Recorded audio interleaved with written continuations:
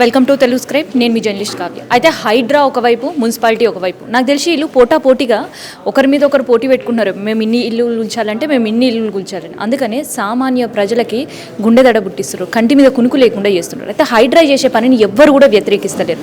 కానీ హైడ్రా నిష్పక్షపాతంగా వ్యవహరిస్తే అందరూ కూడా స్వాగతించే పరిస్థితి.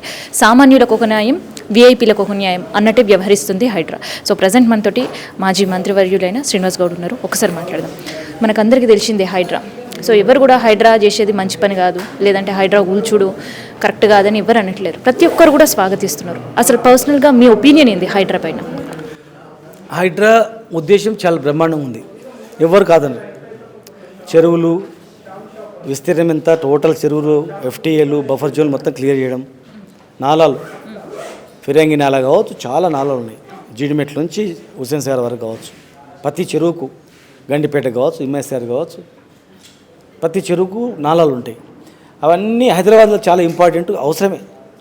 హైడ్రా ఏర్పాటును ఎవరు వ్యతిరేకించట్లేదు, వాళ్ళ ఉద్దేశాన్ని ఎవరు వ్యతిరేకించలేదు. కానీ హైడ్రా అనేది కొందరికి మాత్రమే అనేటట్లు వివరించడం మాత్రం బాధాకరమైంది. అయితే ఇక్కడ ఒక విషయం, హైడ్రా మేము నోటీసులు ఇయ్యం, డైరెక్ట్ అక్రమ కట్టడాలు ఉంటే కూల్చేస్తాం, ఈ మాట మొన్నటి వరకు వినిపించింది. కానీ నిన్న మాత్రం వాళ్ళ మాట కూడా మారింది, వాళ్ళ తీరు కూడా మారింది.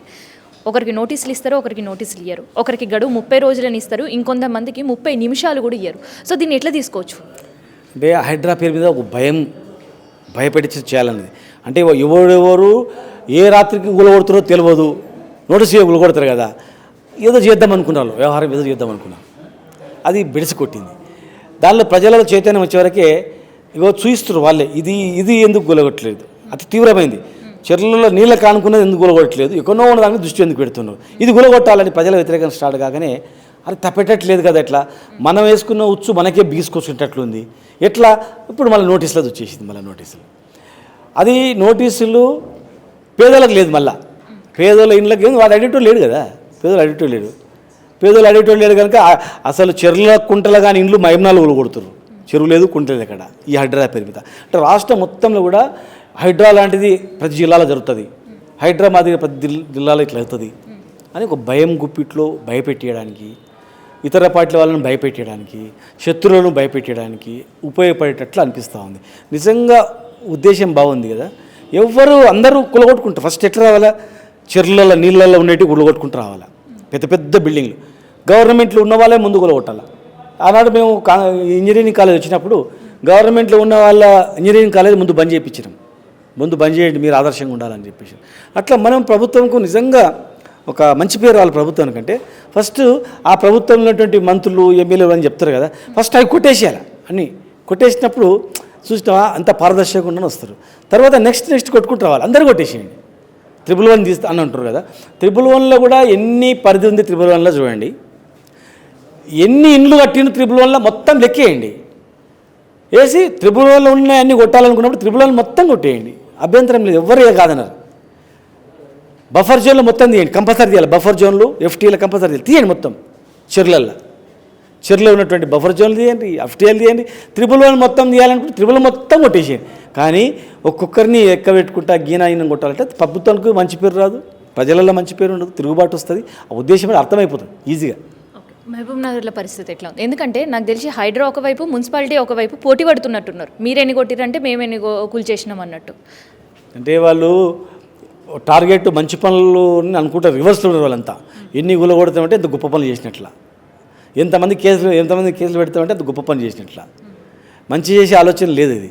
ఇలా ఒకటమ్మ మహబూబ్ నగర్లో అందులు వాళ్ళు మొత్తం కళ్ళు కనపడవు, భార్యాభర్తలు కళ్ళు కనపడవు, పుట్టిన పిల్లలు కూడా కళ్ళు కనపడట్లేదు. వికలాంగులు చిన్న 2.5 ఫీట్లు ఉంటారు అంతే, చాలామంది 2.5 ఫీట్లు 3 ఫీట్లు భార్యాభర్తలు, అదే మరగొచ్చు టైంలో చిన్న పిల్లలు చిన్న ఉంటారు వాళ్ళ పిల్లలు అట్లే ఉన్నారు. 2007లో కాంగ్రెస్ పట్టా ఇచ్చింది, బీఆర్ఎస్ ప్రభుత్వం వచ్చిన తర్వాత నల్ల నీళ్ళు ఇచ్చినాం. 6 కిలోమీటర్లు నడుచుకుంటూ పోయేవాళ్ళంటే వాళ్ళు, 3 కిలోమీటర్లు నడుచుకుంటూ పోయేవాళ్ళు. నీళ్ళ కనెక్షన్ ఇచ్చినాం, కరెంటు లైట్లు వేసినాం, కరెంటు కనెక్షన్ ఇచ్చినాం. వాళ్ళు గతంలో అక్కడ ఇక్కడ అడుక్కొని తినేవాళ్ళంట కొంతమంది. మీరు వచ్చి నాకు 4,000 ఇచ్చిన తర్వాత మా ఇంట్లో 4,000 పెన్షన్ వస్తుంది, వికలాంగుల పెన్షన్. ఒక్క పెన్షన్ తిని 3 పెన్షన్తో కూడా పెట్టుకొని కట్టుకుంటున్నాం సార్. ఈ ఇండ్లు చిన్న రూమ్లు సార్, పెద్ద ఇండ్లా సార్, ఒకటే ఇంట్లో బాత్రూమ్, బయట బాత్రూమ్ పోతాం, లోపల పండుకుంటాం, అన్నీ వంట చేసుకుంటాం సార్. అంతకుముందు కట్టెల పొయ్యి తెచ్చుకుంటుంటే ఇలా మీరు పెన్షన్ వచ్చినాక గ్యాస్ పొయ్యి తెచ్చుకున్నాం సార్ అని ఏడుస్తున్నారు వాళ్ళు. కళ్ళు కనపడడం వాళ్ళ పైన, కాళ్ళు ఇరిగిపోయిన వాళ్ళపైన 400 మంది పోలీసులు, డిఎస్పీలు, సిఐలు అర్ధరాత్రి పోయి భయంకరంగా ఈడ్చి బయటపడేసారంటే అసలు ఎక్కడ ఉన్నాం మనము, ఏం జరుగుతుంది అసలు ఆలోచన చేస్తేనే ఏమైపోతుందో అనిపిస్తుంది.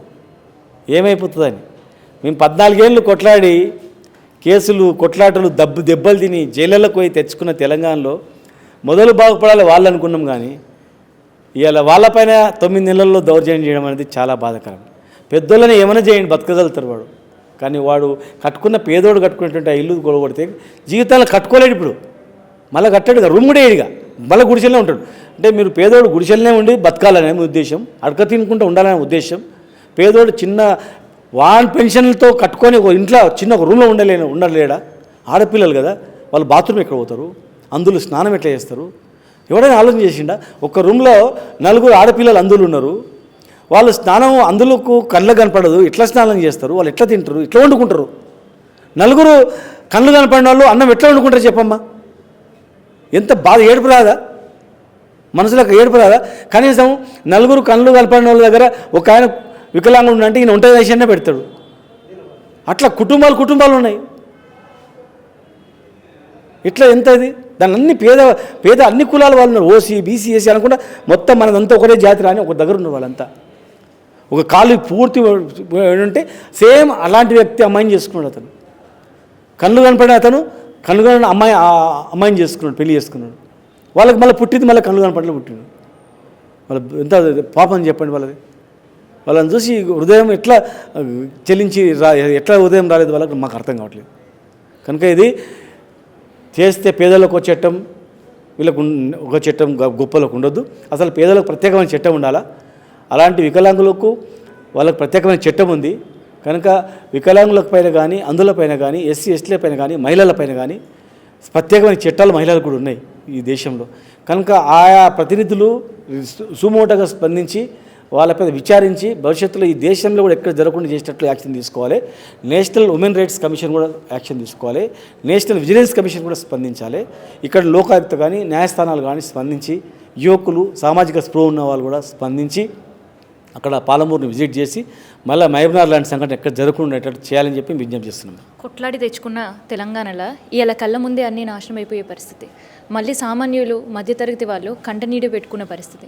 మరి దీన్ని ఏం చేయబోతున్నారు? ఈ బుల్డోజర్ రాజకీయాలకు ఎట్లా అడ్డుకట్ట వేయబోతున్నారు? చూడమ్మా, మేము తెలంగాణ తెచ్చుకునే కన్నా ముందు రైతులు ఆత్మహత్యలు ఉండే, ఎండిపోయిన పొలాలతో ఏడుస్తుంటుండే రైతు. అన్నం పెట్టే రైతు ఎప్పుడు సుఖంగా నిద్రపోలే. చేను కాడ, కరెంటు కాడ పాము గరిచి, తేలు గరిచి చచ్చిపోయిన సందర్భాలు ఉన్నాయి. ఊళ్ళు కాలిన సందర్భాలు ఉన్నాయి. ఇక తెలంగాణ బాగుపడుతుందని తెచ్చుకున్నాం. ఊర్లు పచ్చబడ్డాయి, సంతోషపడ్డాం. పంటలు అన్నీ సంతోషపడ్డాం. రైతులు పట్టణం నుంచి మళ్ళీ పాలమూరుకు వచ్చి దున్నిండ్రు. ప్రతి తెలంగాణలో ప్రతి జిల్లాలో పోయి రైతులు బాగుపడ్డామని అనుకున్నాం. కానీ ఇలా ప్రభుత్వం మార్పు అంటే ఏదో మార్పు అవుతుందని ప్రజలు ఓట్లేసారు. మరి ఇచ్చిన మార్పు 9 నెలల్లో పేదల మీద కొలగొట్టడం, కరెంట్ లేకపోవడం, రైతు బంధు ఇవి బంద్ చేయడము, పెన్షన్లు లేట్ రావడము, ఎవరైనా గట్టిగా మాట్లాడితే వాళ్ళ మీద కేసులు పెట్టడం, బెదిరించడం, ఇవి జరుగుతూ ఉంది. మేము కష్టపడి జైళ్ళ పాలై తెలంగాణ తెచ్చుకొని కష్టాలు పడి తెచ్చుకున్న తెలంగాణలో 9 నెలల్లో ఈ పరిస్థితి వచ్చింది కదా అని చెప్పి చాలా బాధాకరంగా ఉంది. తలుచుకుంటేనే ఇంకా 3-4 ఏళ్ళలో ఏమైపోతుంది అనే భయం కూడా ఉంది మాకు. ఈ బుల్డోజర్ రాజకీయాలకి మరి ఎట్లా అడ్డుకట్ట వేయబోతున్నారు? సామాజిక స్పృహ ఉన్నటువంటి వ్యక్తులు స్పందించాలి. మహోద్యమం టైప్లో అందరు కదలాలి, ప్రజలను చైతన్యవంతులు చేయాలి. ఒక చిన్న సంఘటన జరిగితే అందరు వెళ్ళాలి. ఒక చిన్న కోతి చచ్చిపోతే 10 కోతులు ఉరుకుతాయి. ఒక చిన్న కోతి ఏదన్నా ఇరుక్కపోయిందంటే 10 కోతులు వచ్చి ఇడిపిస్తాయి. ఒక కాకి చచ్చిపోతే 10 కాకులు వస్తాయి. ఒక పిట్ట చచ్చిపోతే పిట్ట కింద కాలు దిగిపోయిందంటే 10 పిట్టలు వచ్చి లేపుతుంటాయి. ఇవాళ మరి మనము రాజకీయాలకు అతీతంగా, రాజకీయ కోణంలో చూడకుండా మానవీయ కోణంలో చూసి ప్రతి ఒక్కరు స్పందించి భవిష్యత్తులో అలాంటి సంఘటన జరగకుండా ఏం చేస్తే బాగుంటుంది మేధావులు ఆలోచన చేసి తిరగబడితే, ప్రజల చైతన్యవంతులు చేస్తే భవిష్యత్తులో ఇలాంటి జోలికి వస్తే ఇట్లా భూస్థాపితం అయిపోతారు అనే స్థాయి తీసుకొస్తేనే వ్యవస్థ అనేది బాగుపడుతుంది. రాజకీయ కోణంలో ఆలోచన చేస్తే బాగుపడుతుంది. రాజకీయ కోణంలో చూడకుండా మానవీయ కోణంలో రాజకీయాలకు అతీతంగా చేస్తేనే బాగుపడుతుంది సమాజం. సో హైడ్రా కమిషనర్ రంగనాథ్ పైన చాలా మందికి చాలా గౌరవం అండ్ హైదరాబాద్లో చాలా డిపార్ట్మెంట్స్లో అయినా చూసినప్పుడు కూడా ఒక సిన్సియర్ ఆఫీసర్గా పేరు ఉండేది. అయితే నిన్న మొన్నటి వరకు కూడా హైడ్రా పైన ఎవరికి ఎట్లాంటి సంకోచం లేదు. హైడ్రా చేసే పనిని ప్రతి ఒక్కరూ స్వాగతించిన పరిస్థితి. కానీ ఈరోజు హైడ్రా అసలుకి మేము ఎటువంటి నిర్మాణాలు ఎక్కడున్నా కానీ కూల్చేయడమే మా పని, నిర్మాణాలను తొలగించడమే మా పని అని గట్టిగా చెప్పిన హైడ్రా, నోటీసులు ఇయ్యమని చెప్పిన హైడ్రా రాయదుర్గం దగ్గర ఉండే చెరువు దగ్గర నోటీసులు ఇవ్వడం, వాళ్ళకు ఒక 30 రోజులు గడువు ఇవ్వడం, సామాన్యులకి ఎటువంటి గడువు ఇవ్వకుండా కూల్చేయడం. సో ఇవన్నీ చూస్తుంటే హైడ్రా పైన కూడా రాజకీయ రంగు పులుముకుంది అనే వాదనలు కూడా వినిపిస్తున్నాయి. మరి హైడ్రా దీన్ని ఎట్లా తీసుకుంటుంది అనేది చూద్దాం.